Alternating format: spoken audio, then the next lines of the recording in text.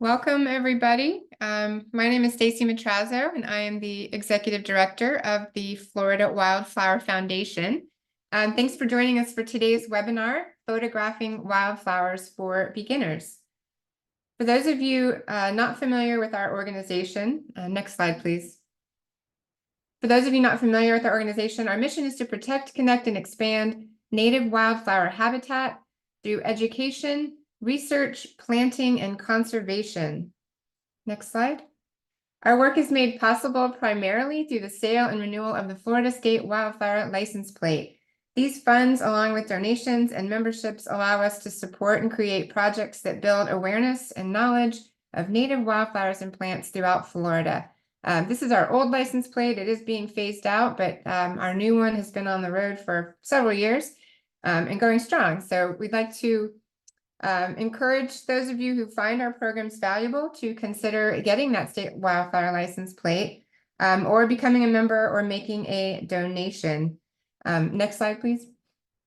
You can learn more about our work and make a donation, become a member at our website, flawildflowers.org/support. You can also find us on most social media platforms at FLA Wildflowers. Be sure to check our website and our socials for information on what we're doing, our upcoming events and programs, as well as resources on planting and growing wildflowers, learning where to see wildflowers in bloom, and so much more. Next slide. Our next webinar is Restoring Critical Habitat for Wildflowers and Wildlife in Florida's Panhandle, and that will be presented by Coastal Plains Institute President Ryan Means on Wednesday, January 17th. This webinar will cover efforts to restore an upland/pine plantation back to longleaf pine flatwoods, as well as to protect other critical habitats on the property, including some seepage bogs and wet flatwoods. We also have some great field trips coming up in 2024, but have not finalized our schedule yet. So please keep an eye on our calendar and our social media and newsletter for updates. And again, be sure to follow us and check out our events calendar on our website, flawildflowers.org/events. I have just a couple of housekeeping items to go over before we get started. All attendees are muted with cameras off. If you have questions, please use the Q&A feature to submit them. The chat is active, but we will not be monitoring it for questions. We will be using that to post links and resources that are referenced by our presenter. So please use the Q&A. We will address questions at the end of the talk as time permits. If your question is not answered, you can email it to us at info@flawildflowers.org and we will get back to you. Finally, this webinar is being recorded. It will be available on our YouTube channel and our website in about 24 to 48 hours. When it is available, you'll receive an email from us with a link to the recording, along with a resource page with links from the webinar. And now I'd like to introduce our speaker. Emily Bell joined the Florida Wildflower Foundation in 2022 as its communications coordinator. Before that, she spent 4 years coordinating invasive species programs within UF IFAS Extension and for the Florida Invasive Species Partnership. She began her conservation career as an intern for the Nature Conservancy and went on to work for the Department of Environmental Protection and Hawaii Invasive Species Council. She has over a decade of experience with environmental outreach, planning, and network building, and we are so delighted to have her on our team and to have her here today sharing her experience photographing wildflowers. So take it away, Emily. Great. All right, well, thank you so much for joining us today. I am excited to share this with you. I do want to, and we'll dive into this as I go along, but this truly is for beginners, and I'll get into what that means a little more. But I chose this picture here of myself because this is where you can find me at my most happy, is out in the flatwoods or any other Florida habitat photographing. And you can see there I have all of my gear, which does include a camera, but also always includes my trusty smartphone. I wanted to share just a little bit about my own photography journey to give some context to this presentation. So I've always liked taking pictures. Ever since I was a kid, it's been something I enjoyed doing with whatever tool I had available to me. Obviously, starting back in the day with the good old camera, film camera. If there's any younger people on here, they will have no idea what I'm talking about. But I would say I really started in earnest around 2013 when I moved to Hawaii from Florida, because I was in a whole new environment. And of course, I really wanted to capture that. And I only had my iPhone at the time. So I really started getting into more intentional picture taking, I will say. And I carried that on through when I came back to Florida. And plants are one of my biggest passions, so they became one of my main subjects. So all the photos you see here were taken by me with an iPhone. Around 2018, I upgraded, you could say, and transitioned to an actual camera, but still keeping my iPhone handy. I started with a mirrorless Sony A2, and I'm currently using a Sony 7, again, still in the 2 series. And I'll talk a little bit more about that towards the end of the presentation, some ways to transition from just using a smart device if you're looking to kind of get into a more, I don't want to say a next level because there's so much you can do with a phone, but you know, cameras have a lot more functionality with them as well. So we'll talk about that. Before we dive in, I do want to share, this is kind of, it may seem like a non sequitur, but I do want to talk a little bit about native plants in Florida. As you're probably aware, we have a very high diversity. We're about the 7th most botanically diverse state in the contiguous US. And I'm pretty sure that figure didn't fully take geography into account. So like Texas and California are above us, but they're huge states.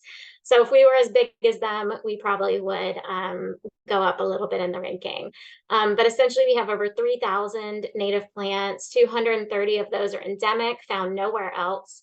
170 of those endemics could be classified as wildflowers. And we also have a lot of threatened and endangered species. So part of the reason I bring this up is because the first part of this presentation is going to be about photographing for identification, which can be a little different than photographing more for pleasure or fun or art. Again, this is truly a beginner's presentation. We are not going to dive into things like shutter speeds and apertures and ISOs today. That is a presentation for a different speaker. We're going to go over some real basic principles of photography that can help you better utilize whatever equipment you have in your hands to take better photos. So you can see here's our agenda. We're going to start with talking about photographing for ID. Then we're going to get into some photography basics, which will clearly also still apply. I'm going to talk a little bit about editing. And then, as I mentioned, I'll get into some tips for moving just beyond your smart device if you are interested. So for the next little bit of this presentation, all of the photos that you'll see will have been taken by me with an iPhone. Once we get into that last part, I'll share some more pictures with my camera. But I really wanted to be clear and demonstrate that you can get some great stuff just with what you likely already have in your pocket.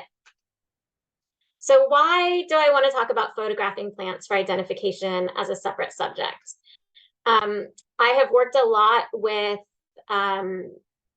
different Facebook groups, and I use iNaturalist.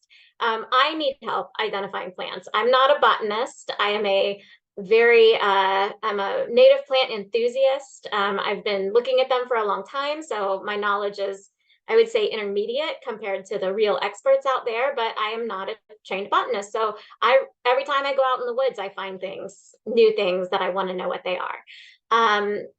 So I would say the differences in taking pictures for ID is that there's some key features you want to make sure that you capture.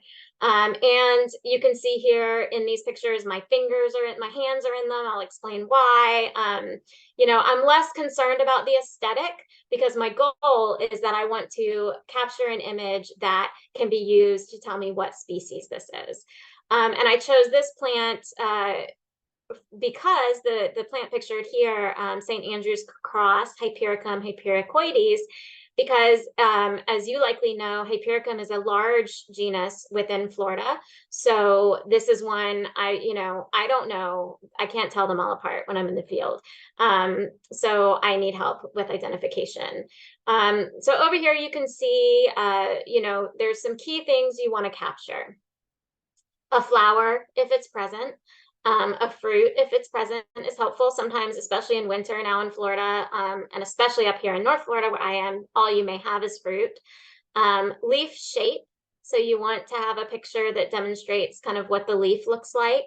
Also the arrangement, so in that middle picture, you can see that's clearly, and those are alternately arranged. And then look at the branch and leaf nodes as well. So that's going to be I don't know if you can see my cursor, but any area where there's a connection point are going to be your nodes. And so those are helpful for ID as well. And in this last picture, you can see that, sorry, I'm going to move something off my screen. You can see that there's even some little small leaves in the leaf axils, the main leaf axils there. So that's even helpful. So look at the plant, find anything that seems like a key identifying feature and try to get a clear photo of that. I do have this note down here, and this note goes both ways. So there are some plants that are very obviously, thank you, Betty, for telling me you can see the cursor. There are some plants that just from a picture of the flower, you can say, yep, that's what that is, easy ID.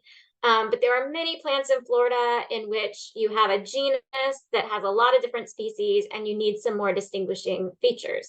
There's also some whole groups of plants that require just a lot more in-depth knowledge. You may need to look at certain parts under a microscope, or for some grasses, I know you need to look at the root material to determine ID at the species level. And so personally, for me, with those types of species, I'm often happy to get to the genus. I'm like, woo, genus, success. But grasses and ferns can be particularly difficult in that way. Wildflowers, a little bit less so. But you still do have some that have some very minor distinctions between species. So some additional tips here, and these may seem basic, but you would be amazed how often when people submit images or when they go to Facebook groups or INAT, it's really being intentional about taking the photo. So ensuring your images are in focus. If you're like me, you have struggled with something. So this first picture of deerberry, the vaccinium, oftentimes your camera won't want to focus on that little branch. It'll want to focus on that pine tree that you can see is behind my hand. And you just get so annoyed and frustrated because it won't focus. Well, if you're photographing for ID, just stick your hand behind it. Or another tip, you can carry like a little postcard. What do they call the ones you write on? Just a little piece of paper or something that you can use to put behind the subject, and that will help your iPhone or whatever you're using focus on the part of the plant you're trying to get. Make sure the images are of the same plant. Again, this probably seems obvious, but oftentimes when you're looking at a thicket, especially if you're looking at a thicket of plants and say there's a vine crawling up through that thicket and it has a flower, but its leaves aren't very obvious, you may think that that flower is a part of one of the shrubs in that thicket and not on the vine. So a little more inspection to be sure that you are actually capturing the a flower of a plant and not the leaf of another plant. Like I said, that thicket example is a really common one. And then look at the plant, and are there any other distinguishing features? So here with this switch cane, Arundinaria tecta, and if there's some super knowledgeable people with the scientific names, tecta is sometimes lumped in with gigantea, but that's again a topic for a different day. But notice I have this picture of the node with those like hairs coming out. So if you see things like that, those are really good diagnostic features that are going to help whatever tool you're using for ID, that's going to help you get more specific. All right, let's see. So that being said, those are some basic considerations you want to make when you are photographing for ID. Let's talk about some of the tools available. There's so many apps today that are out there to help with this, and it's so cool, right? I mean, none of this existed when I first started trying to learn plants. So it's awesome that we have these tools right at our fingertips. Some of the apps, like if you just did a Google search, I want a plant ID app. Some of the ones that are going to come up at the top are things like iNaturalist and Seek, PlantNet, PlantSnap, LeafSnap, Picture This, PlantNet, and even Google Lens. And even your iPhoto does a similar thing now, I think, with Google Lens. And these are all, of course, using AI as a base. And so how do you decide what to use? You can see here I've pulled a few studies, and we have links to these studies in the resource sheet. One is from 2021, and it was led out of Michigan State University, where students photographed 10 plants that were already labeled in a garden. And you can see what came out on top. The Picture This app performed really well. And actually, iNat and Seek didn't perform super well under these conditions. So the green bar tells you the percentage of time it got the right answer. The space in between is when it was partially correct, which probably means it gave a close guess or got you to genus. And then the blue is incorrect. This 2023 study was published by the British Ecological Society. And in this one, 16 participants working in natural resources took photos of native and non-native plants in the wild. So consider that these are different settings. One is a garden setting. Although in that garden setting, they did take pictures of weedy species coming up in that garden. And then one is native and non-native plants in natural areas. So here again, these are working relatively well.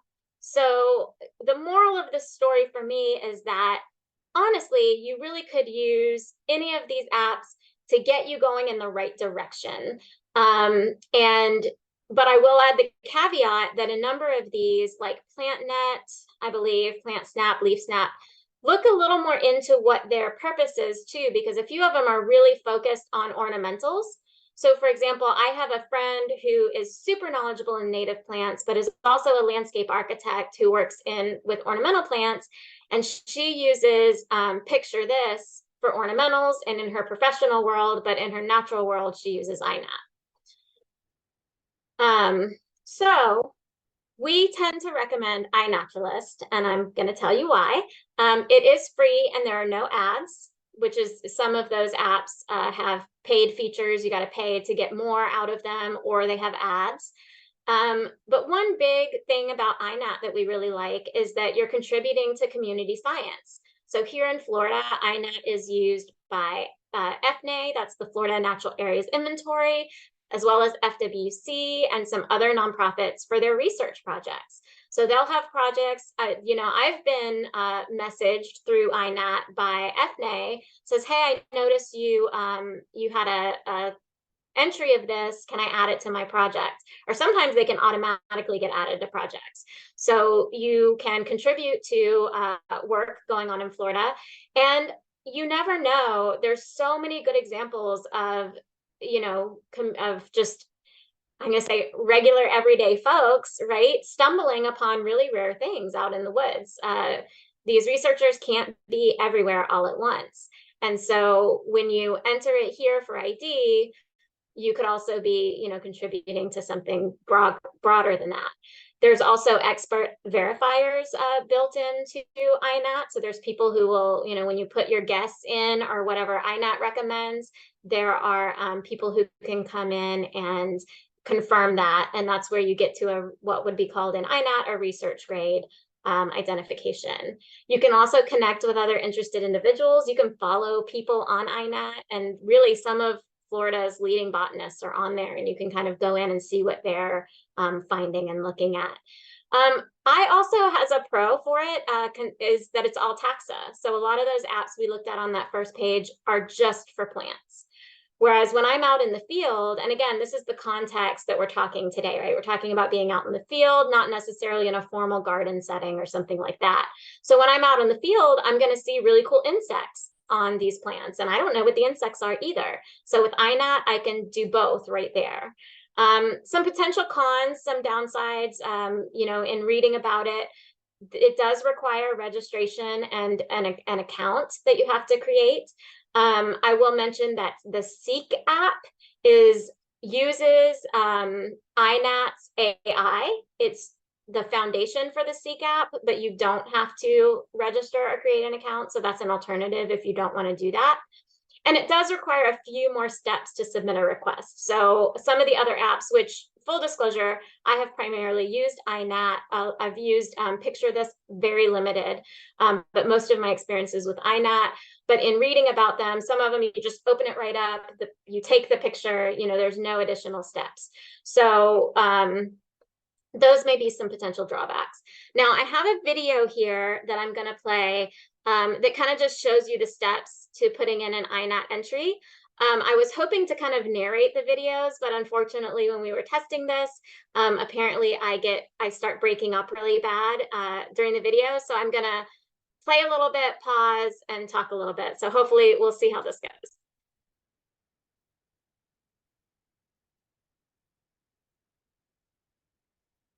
All right, so what I've done there is I've opened up INAT on my phone, and I put that I wanted to do an observation, and I'm doing it in camera, which means I'm opening my camera through INAT. And now I'm going to take a photo of this plant.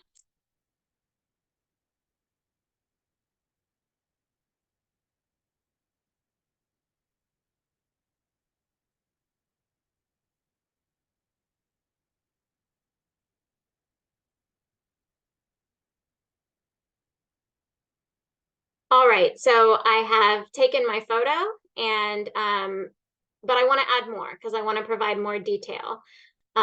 So I'm going to click on this plus box here. It's going to give me my options again. And again, I'm going to choose camera.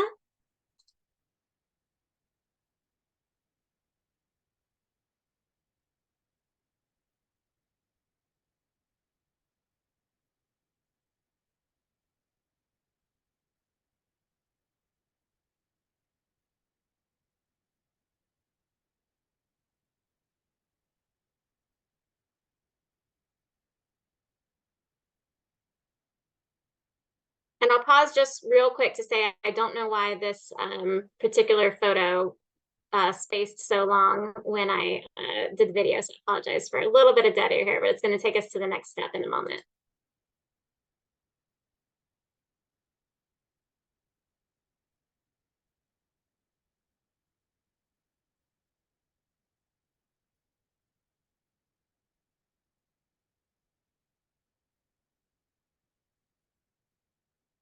Okay, so I'm gonna pause here again. So I'm gonna do one more photo. This is the last one. So I think this is I have 3 of these little videos in this presentation. I think this is the longest, so bear with me. Here we go.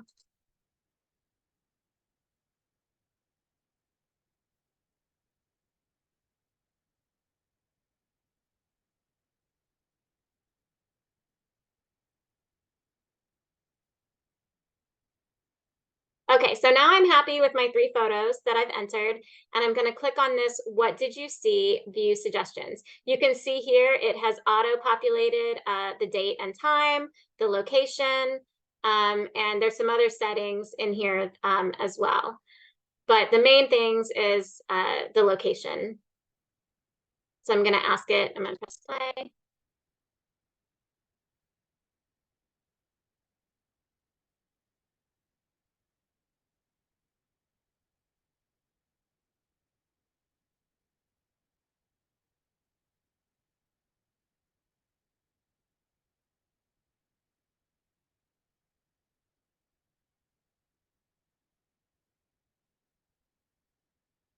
All right, didn't that feel like forever? So I do this out in the field. and again, I'm pausing the video because apparently if I talk over it, you won't be able to understand me. So I do this all out in the field. So you can see what it brought up. It says, we're pretty sure this is a hypericum. And I knew that as well. I'm like, okay, I know this isn't the hypericum. Which one is it?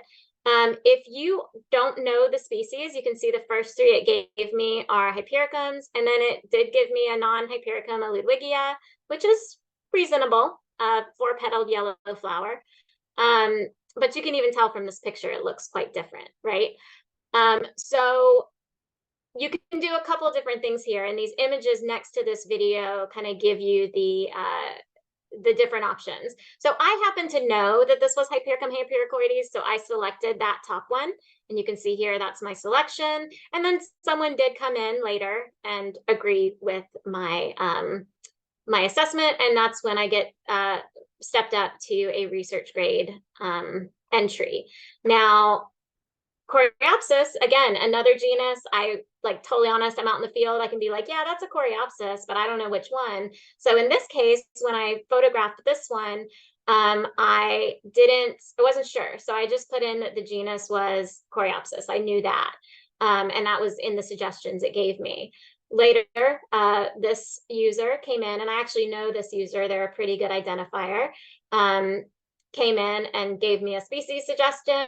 And so what it does is when you have that comment, it gives you the option to accept it. And I said, well, I know this is a pretty a good identifier, so I'm going to agree with that ID. And then I have a research grade ID there. All right.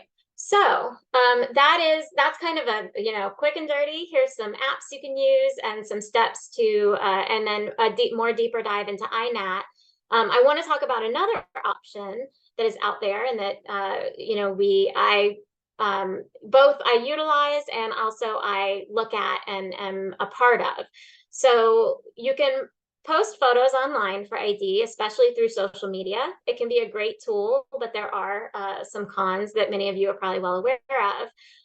My recommendations are that you join a reputable, well-moderated group. So most of my experience is with Facebook groups. So a few that are run really well are the Native Plants of Florida, Florida Native Wildflowers, and Florida Flora and Ecosystematics. That last group is much more research-based, but you can submit for ID there as well. The biggest thing is to, join the group and get to know it a little bit and follow the rules. So I think all of these groups, I know Florida Native Wildflowers has this at least, has kind of a guideline for submitting for comment or for ID. So those steps we talked about earlier with distinguishing plant features, and especially here location, because INAT is going to auto-populate a location for you if you're using your smart device. But when you're uploading to social media, it doesn't necessarily do that. So county level is typically good enough. So you want to make sure to include what county you're in. And then you want to be using good enough photos that the folks who are looking at them can then give you a good ID.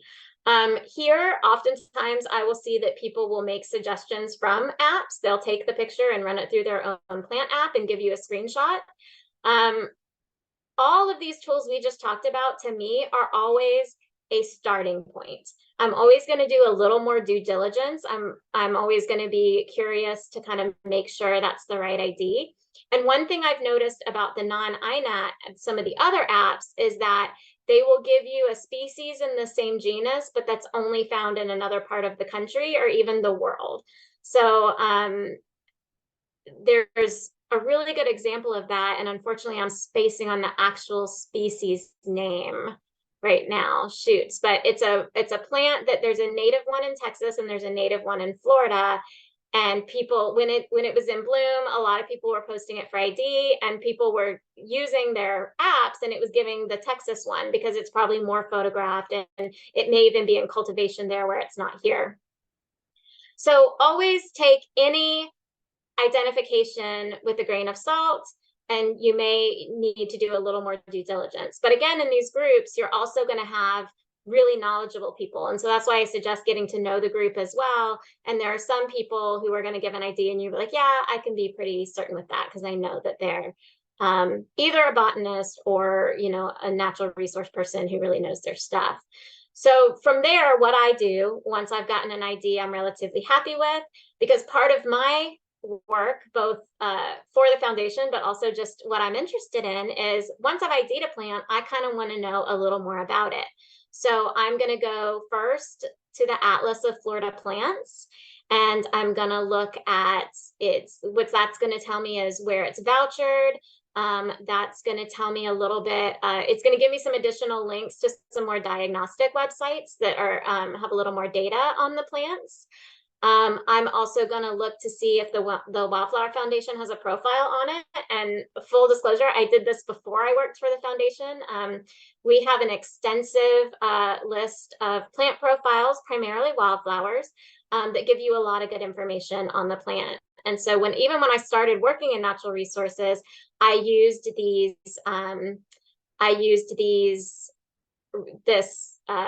this list, and it's growing all the time. We're continuing to add to it. Another really great blog is the Native Florida of Wildflowers blog. It's run by a botanist in Florida named Craig Hugel. He's really well respected. He really knows his stuff, and he writes great posts about he's got a lot of there's a lot of them there. So oftentimes what I'll do is I'll go to the Atlas first because I want to see the range of the plant, and then I will put it in Google with the species name, genus, species, and Florida.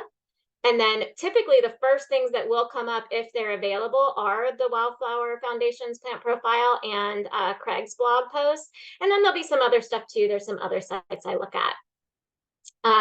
So with the Atlas of Florida Plants, the ranges are based on vouchered specimens. And what that means is that someone in the field has collected that plant and sent it to an herbarium for cataloging.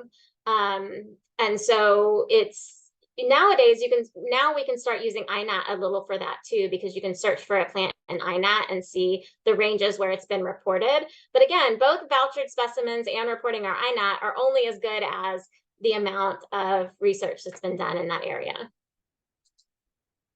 Okay, so with that, I'm going to transition into some photography basics.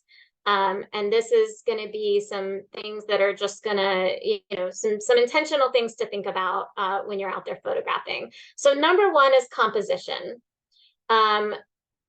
There are a couple of different key things to think about when you're composing a photo. And so your composition is your whole frame, right? What you're including in the frame of your picture and how you're including it there.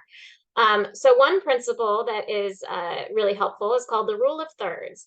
And this means you're placing your subject in the left or right third of your image, leaving some open space. And so these two photos on so that's the right for me, kind of demonstrate this. So you have this pickerel weed, and my primary focus of this photo is this bloom that's close up, but I wanted to show a little bit more of the scene. And so I've done that here, but I have my primary focus on the side. Similar with this false indigo down here, I wanted to show a little more of the scene. And so again, I've composed it in that way. Leveling your horizons and considering your angle. So your horizon and your angles are some of the easiest things to fix in post with editing, but you don't want to just go all way off with it, because as you'll see when I talk about editing a little bit, you lose some of your image when you do correct those things. So you do want to think about it when you're actually taking the picture. So you can see here, I kind of have this level horizon in the background. Similar here, you see less of the actual horizon, but again, it's a pretty level focus. Considering your angles, so not all your images are going to have a clear horizon. Maybe you want to do your whole focus of the image is going to be the plant itself. So that's these two images here. So you want to think about, the angle at which you're going to shoot the subject. Milkweed, so this bottom picture is Asclepias connivens, large flower milkweed. And milkweed is a tough one because there's a lot of different angles you can shoot that bloom from, and they're going to look different. So, have fun experimenting with your composition and take a lot of pictures. I am personally an amateur photographer in that I don't do it for my profession. My husband's a professional photographer, and there's an idiom where you'll take 100 photos for the one photo you're going to pull out and edit. And it doesn't have to be 100. 100 seems excessive, but like for this picture right here, I probably did take at least 10 images and then had some to choose from. And I'm experimenting with different angles on the bud to try to see what looks best. So don't feel like you get to take one picture and it has to be the perfect picture. Really recognize that you can experiment and play with your angles. And I probably have other pictures of the same plant from other angles that I like as well, and may even have posted as a group. So think about that and think about the parts of the plant you're trying to highlight. And then adjust your composition to reduce distracting elements. So this will happen in nature as well. But like the best examples I can think of on the top of my head is if you're like photographing people, and let's say they're in a more urban environment and there's a power pole coming out the back of someone's head. You might want to move that person over so that that's not happening. And obviously the same thing happens in nature. Sometimes I'll move little fragments of grass out of the way or just adjust my angle to not have certain things in the view. So you want to be intentional about those kind of things when you're composing your image. Next, let's talk about lighting. Again, this is really a photography basic, but it's one that I had to learn. It's one that I didn't think about a lot until I really started wanting to take really good photos. So think about the direction that the light is coming from. When the light is behind your subject, you're going to get shadows. Now, there are some artistic uses for this. You can do some really cool stuff with vignettes, with having the light behind your subject, but in general, you want your subject to be well lit. So you can see these two examples here. And the reason I included my dog, who is precious, I mean, come on, she's beautiful, but because I feel like demonstrating this, you can see it a little better when you're photographing a different kind of subject than just a plant. So I wanted to provide two examples here. But you can see clearly, neither of these photos have been edited in any way, or none of these have been edited at all. These are simply taking it from one side of the light to the other. So, I mean, you could really see how just that, like these bottom photos, I barely, you could almost not edit, just the light is just good on them. So I often, when I'm out, even out, when I'm out in the woods, I'm like, okay, where's the sun to help me orient myself and which side of the subject I need to be on. Harsh light is very challenging. So harsh light is going to happen when it's a fully sunny day, not a cloud in the sky. At noon, when the sun is just, everything's as bright as it can be. No one wants to shoot in that light, not even professional photographers. It's really challenging. It's going to create really dark contrast with shadows. So ideally, you're looking for filtered, soft light. And for professional photographers in studio settings, they control their light, right? But when you're shooting in nature, you kind of have to go with what you got. But I will say mornings and evenings when the sun is at an angle, your light's going to be softer. Also, when you have kind of a thin cloud layer, and you can actually kind of see it in these pictures, like you can see there's that like thin layer of clouds that's filtering the sunlight, as opposed to like a fully gray thick cloud day where there's not much sunlight. That's going to darken your images a little bit as well. So again, you definitely don't have any control over what the weather is, but I do tend to go out in the mornings and evenings, not only because for a lot of the year in Florida, those are the best times to be out, but they also are the best times to photograph. All right, I'm going to talk a little bit about exposure, and this is probably the most technical we're going to get. Exposure, the definition of that is the amount of light that reaches your camera's sensor, creating visual data over a period of time. So an example of a long exposure are photographers who shoot the night sky. So there's so little light available that what they'll do is they'll put their camera on a tripod. It has to be exceptionally still, and they'll set a long exposure. So their camera has time to draw in all of the light from the stars or whatever it is in the night sky they're trying to capture. Typically, you have a very quick exposure. Your camera's doing it automatically. You see how quickly it takes you to take a photo. If any of you have ever used your smartphones, I'm primarily on an iPhone, but I imagine that the other smartphones are very similar. If you do take a picture at night, they're getting so advanced now that you can take a relatively decent picture, but you'll notice when you push the button, it asks you to hold the camera still, and there's a little, it gives you a little progress bar, and it's doing the same thing. It needs more time to pull in the light. So in general, underexposure is better than overexposure. I'm going to talk a little bit about why. So these pictures are all of white flowers for a reason, because white can be very difficult to properly expose, because overexposure creates white space. There's a really sciencey way to explain that. So hopefully, just take that for what it is. But you can see in these images how you can see some of the venation in the petals, here and here.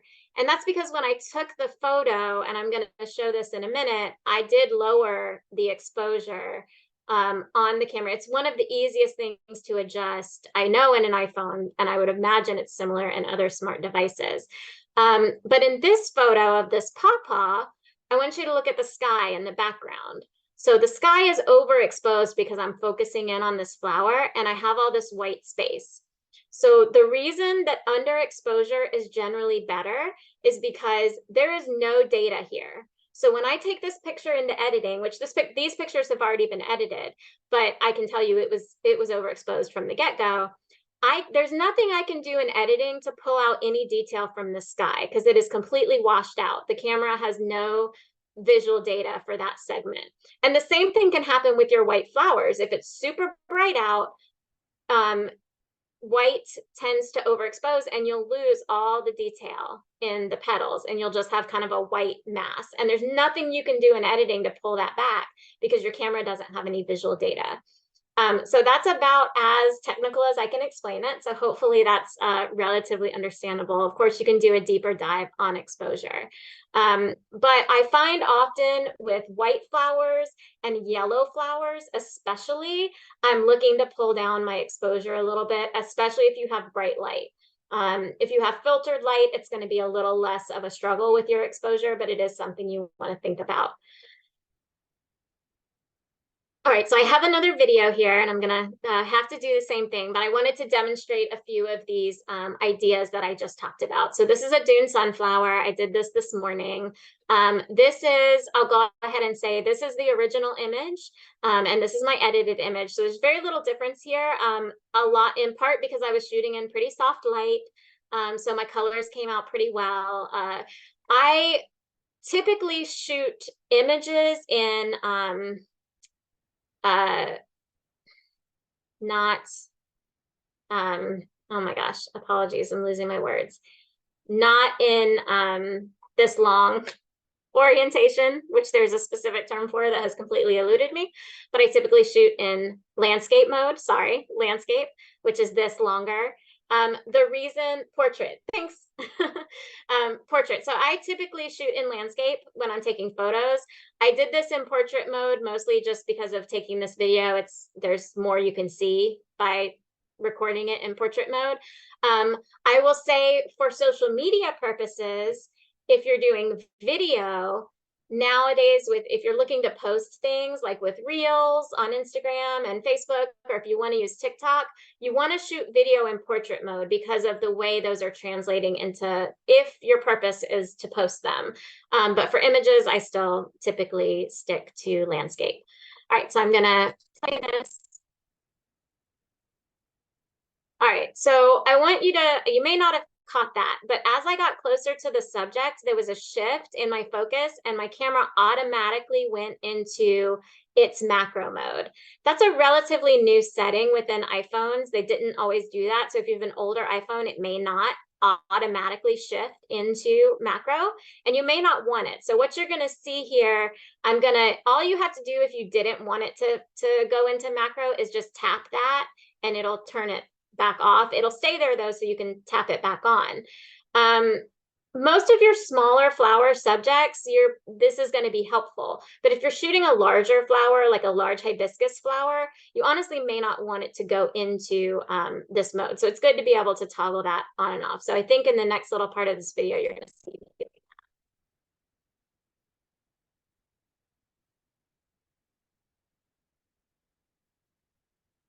Okay, so you see here, there's this bar with the sun.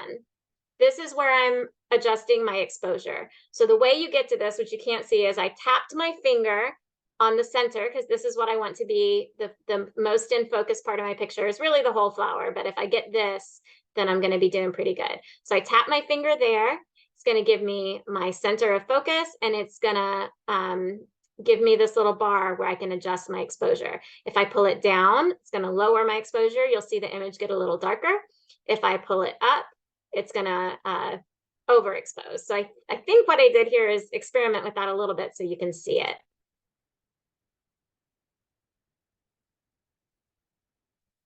All right, so you'll see there that box came over here. That's because I tapped out of it because I wanted to reset my exposure, and that's what that did. You see it got light again, and so I'm going to refocus.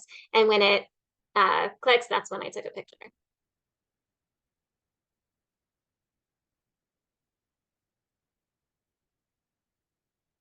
All right, so you can see there I played with the exposure a little bit. Unfortunately, this isn't the best scenario because it was pretty cloudy today, so you can't really see that washed out view that you would get if it was full sun.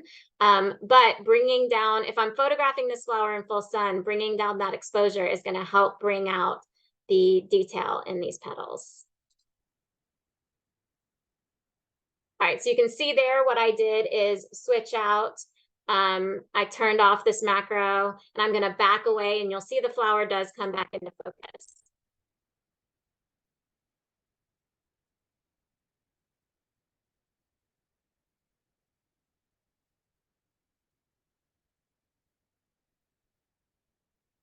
All right, now this is my final product. So this is the very end of the video, and I want you to notice what happened here. So I do end up deciding I want to have it in macro mode for this, and I'm going to take a picture, and then I'm going to slightly adjust my composition because I want it to be more head on. So you can see I'm taking, every time the video kind of flashes, that's me taking a picture. So you can see even here, I'm taking a handful of pictures, and you can tell I'm dealing with something very common in the field, which is wind. So I wait, I get my focus, and then I wait for a moment when the wind isn't blowing as hard, so I get a clearer image. So watch here where I take the picture and then I slightly adjust my composure.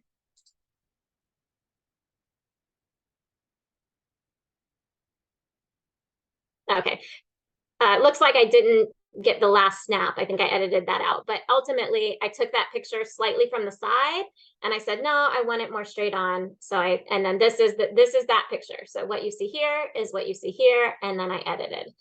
And again, very minimal, just because it was already pretty decent given my light and everything like that.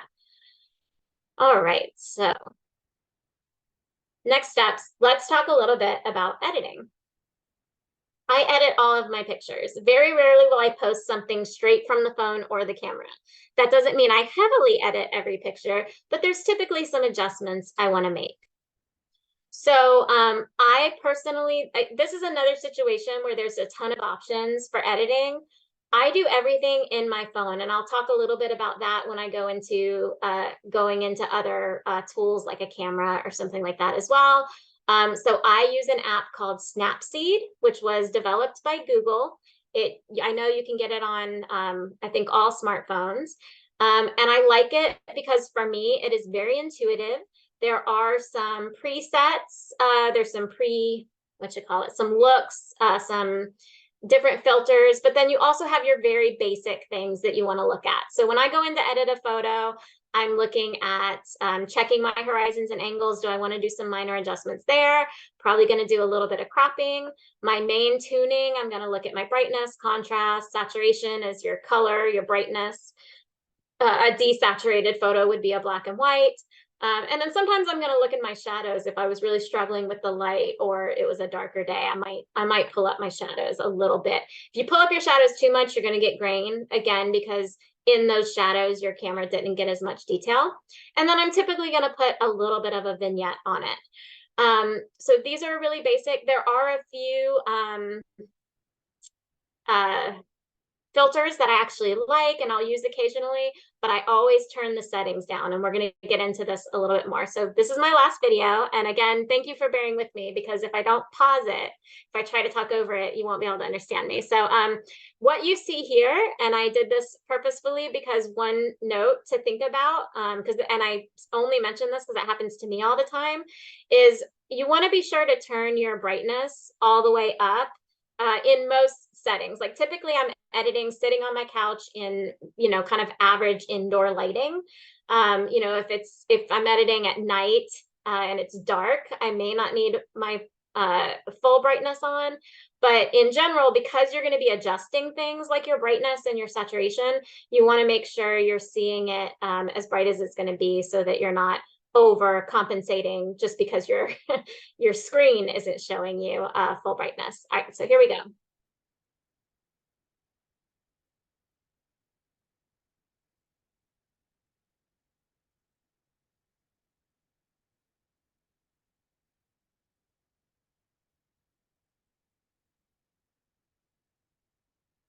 All right, so I'm gonna pause here.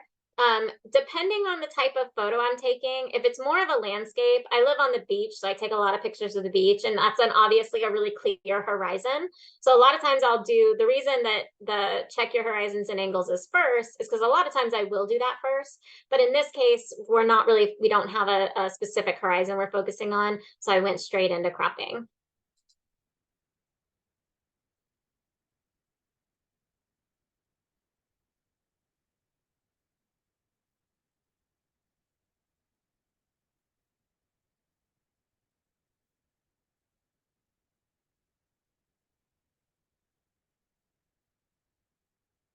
All right, so here I'm going to tune my image a little bit. This is another one that came out of the camera pretty good. I had pretty nice light here, but there are a few things I'm going to adjust just slightly. A few things I want to say here. One, this picture is from my camera. This is not an iPhone picture. I wanted to do the editing with the same picture I did the previous video with, but there was so little difference. I wanted to use a photo where you could see more change happening. So this is a camera picture that I'm taking into editing. There's a tendency to want to overcompensate when you're first learning, and I did this. If you go way back in my Instagram, you'll see pictures that I turned up the saturation too high, I turned up the contrast too high. And when your eye is first getting trained to this, there's a tendency again to overcompensate and over edit. So I really caution you to not go too crazy. It's easy because it's like, oh, wow, that looks really good. But really, when you look back, or if you start comparing it with other photos, you kind of lose, it looks less realistic, right? It looks like this Technicolor version of what you saw. So these are going to be some subtle changes, but I think the main thing I'm going to do here, I'm going to turn my saturation up just a little bit. So if you watch this top bar, it's going to show you the levels.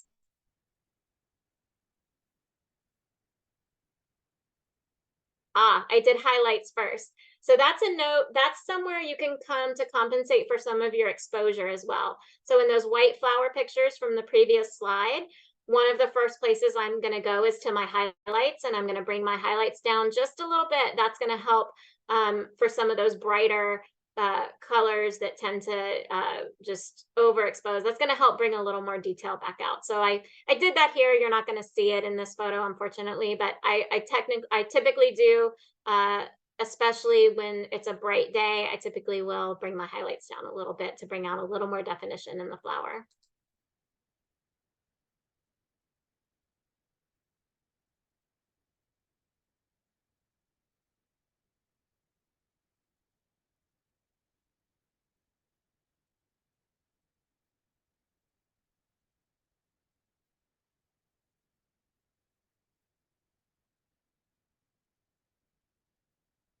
All right, so I wouldn't necessarily rotate this photo, but I wanted to just show a few things here. One is how you're gonna lose a little bit in the photo when you rotate it, which is why you want to pay attention up front to your composition. But also, you know, there is a slight tilt. So I brought the butterfly up a little bit in my composition. So I'm going to do that here.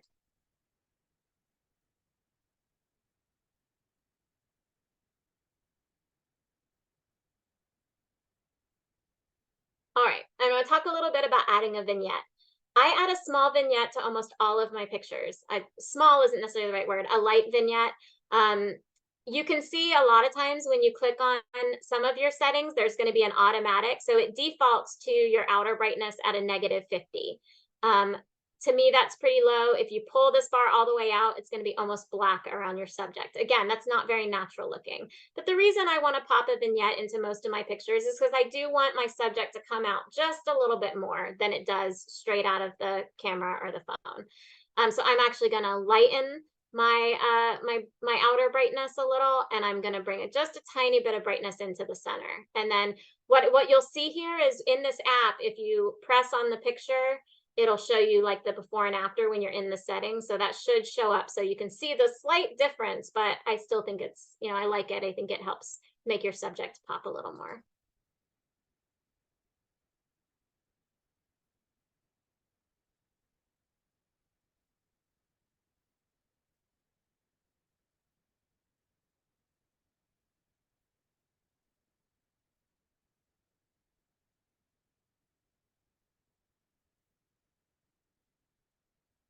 All right, so what I wanted to show you here, and most of your basic photo editing apps are going to have the same these same settings. These are very common. These are the most basic settings in a lot of regards. I highly suggest you use an app that kind of allows you to play with your editing layers. And so that's what I'm showing you here. I don't know how other apps handle this, but I know if this feature is available in other apps. And the reason for this is because let's say I've gotten all the way to here, I've put my vignette in, and I go, you know what? I actually want to crop this a little more.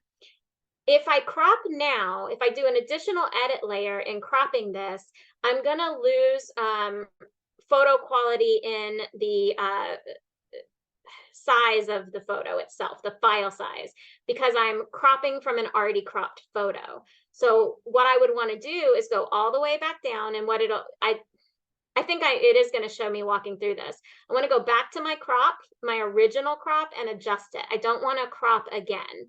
And it also kind of will let me see. So I will often use these settings to go back in and make some final adjustments. This is especially true in Snapseed. There are some preset looks you can select, and there is one that I like that I'll put on as my initial edit, and then I will go through each one and adjust them to my liking. So there's different reasons for this being a very good thing to utilize. But so here I'll show you real quick how you can click on each one and kind of see the progress of your edit.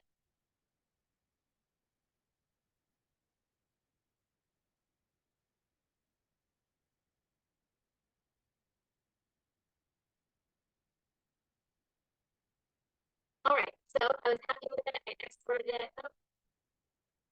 Okay, sorry about that. It should be paused now. So once you're happy with the product, you export it. Different apps are going to have different export settings as well. My photo exports as a new picture. It doesn't, so I still have the original, and I have a new photo that goes straight into my photo library on my phone. You may need to play with those settings. You know, it's different, I think, for each app. I do see the question, does Snapseed cost? It's completely free. There are no ads. I've been using it for 10 years and I like it. But again, let me do my disclaimer that this is not a advertisement for Snapseed. We are in no way affiliated with them. It just happens to be what I use and what I like. There are a lot of options out there that, you know, other people may like just as well. Okay, so I'm going to wrap it up with just some suggestions if you are interested in kind of looking beyond just doing photography with a smartphone. But I want to be very clear that, you know, the technology is getting better and better. Smartphones are great. You know, you can do a lot with them. So if you're not in the position to, you know, invest in more photo equipment, there's no reason to feel pressured. but there are, we get a lot of questions about, well, I do want to take it to the next step. I'm interested in a camera. Where do I start? So these are some of my tips. Here are my photos. These photos were taken in my, I think all with my current camera, although my previous one was very similar. So you can see, I mean, there's a difference there, right? Again, these are all edited as well, but these came out of my mirrorless Sony. So some basic tips for this. Entry-level mirrorless cameras of today are on par with professional gear. So that term mirrorless, if you're at all familiar with professional photographers up to even the last 5 years, most of them are using these really heavy, expensive cameras called DSLRs, and don't ask me to define that acronym, but essentially they have this mirror in them that the image bounces off of, and it's a more advanced way to take a photo, or at least it used to be. But now these mirrorless cameras, which don't include that component, they're lighter, they're a little more user-friendly, and they take just as good photos. And a lot of photographers are starting to switch to mirrorless themselves. So my current setup, my current gear, as I mentioned previously, I have that Sony A7 II series. And before you invest, because cameras can be a big investment, really think about what you want from the camera. So for me, again, I started using my Sony back in 2018. And one of the biggest features I wanted is I didn't want to have to go to the desktop with my picture and back to my phone, because I'm doing a lot of my image sharing through my phone. This is not necessarily super common. Professional photographers are going to want to take their picture to the desktop, into Lightroom and Adobe and all of that, and do their super fancy stuff. And there's merit to that. And of course, they're going to get a great product out of that, but that's not what I wanted. So at the time, Sony had the best capabilities where my camera has this little wireless network that transfers my photos directly to my phone. That was a key feature I wanted. Now, Nikon and who's the other one? Canon. They have very similar models of the same camera, but at that time, they weren't as up to speed with that specific element. So that's why I chose that. And plus, there was a price point. The Sony body that I bought was at a decent price point for me, which I think my body, initial lens, and I think it even was packaged with a 100 to 400 lens, ran about $800. So not a light investment. It can be an investment to get started with this gear. But really thinking about what you want up front is going to help you make sure you're happy with the product you get. Sony and Canon may have advanced, or I'm sorry, Canon and Nikon, which are just there's other brands out there as well. And again, we are no way affiliated with any of these brands. It just happens to be that I use Sony. They may have gotten better about that particular feature, but at that time, Sony was doing it best. And then one thing that I really learned when I went from the iPhone to the camera was how important your lenses are. So most often your lens, your standard body is going to come with a wide angle lens, just a basic wide angle lens. So lenses matter, and they can really be where the investment in photography gets pricey. I currently shoot with Sigma lenses, which are so you can get lenses that are from the manufacturer of your camera. So I could get Sony lenses. If you have Canon, you can get Canon. There are third-party lens manufacturers, which can help cut the price down a little bit. Sigma is a company that's making fantastic lenses for a little lower cost. Again, no affiliation with them, happens to be what I use. So I shoot with a 100 to 400 telephoto. And it's easy to say the word zoom, but it's technically not a zoom lens as much as it's your frame. The frame in which what your lens is framing in your view. But that's going to give you some more reach. So for example, this photo up here was taken of some flowers that were pretty far away from me in a wetland, but that 400 millimeter gave me the reach to get a nice photo of them. Same thing with this hummingbird, right? The hummingbird's going to fly away if you get too close, so that helps give me some reach.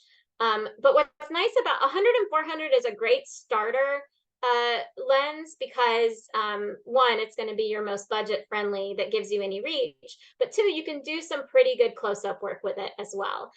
You have to stay about 3 feet from your subject, but you can crop in kind of like that picture. So that butterfly picture we edited previously, that was in my 100 to 400, and you see that I could crop in pretty good and still have some good a good image there. I also use a Sigma 105 millimeter with macro capabilities, and that's, you know, helps me get closer up on some things. But macro has its own challenges in photography with having your whole subject in focus.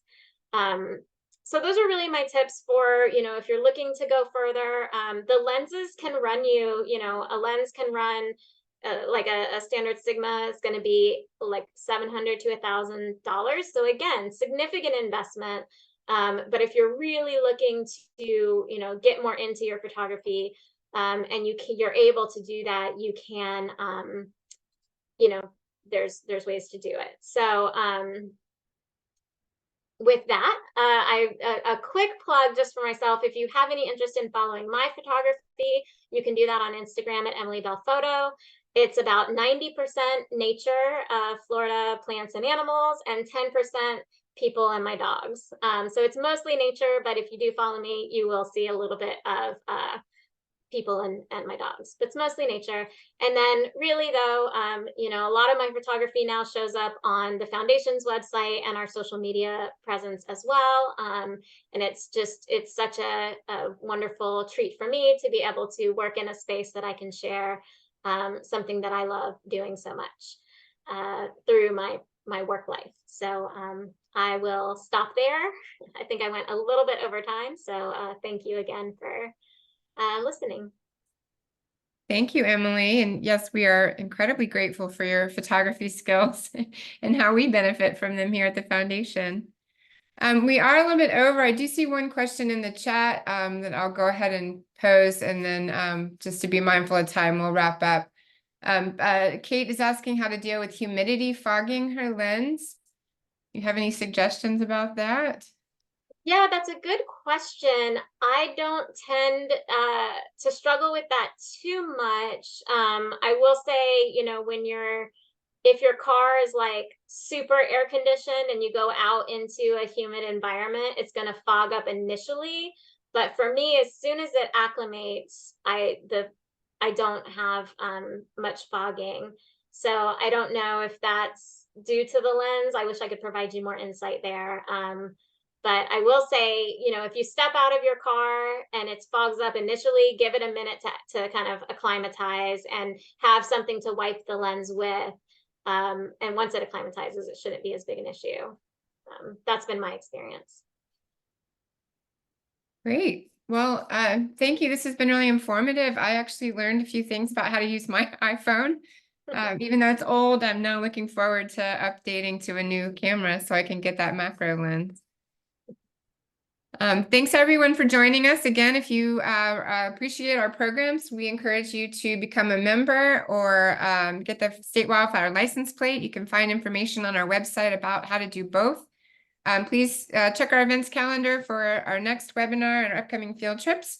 And yes, this is being recorded. We will send this out to you via email in the next couple of days. Thanks everyone. Bye-bye.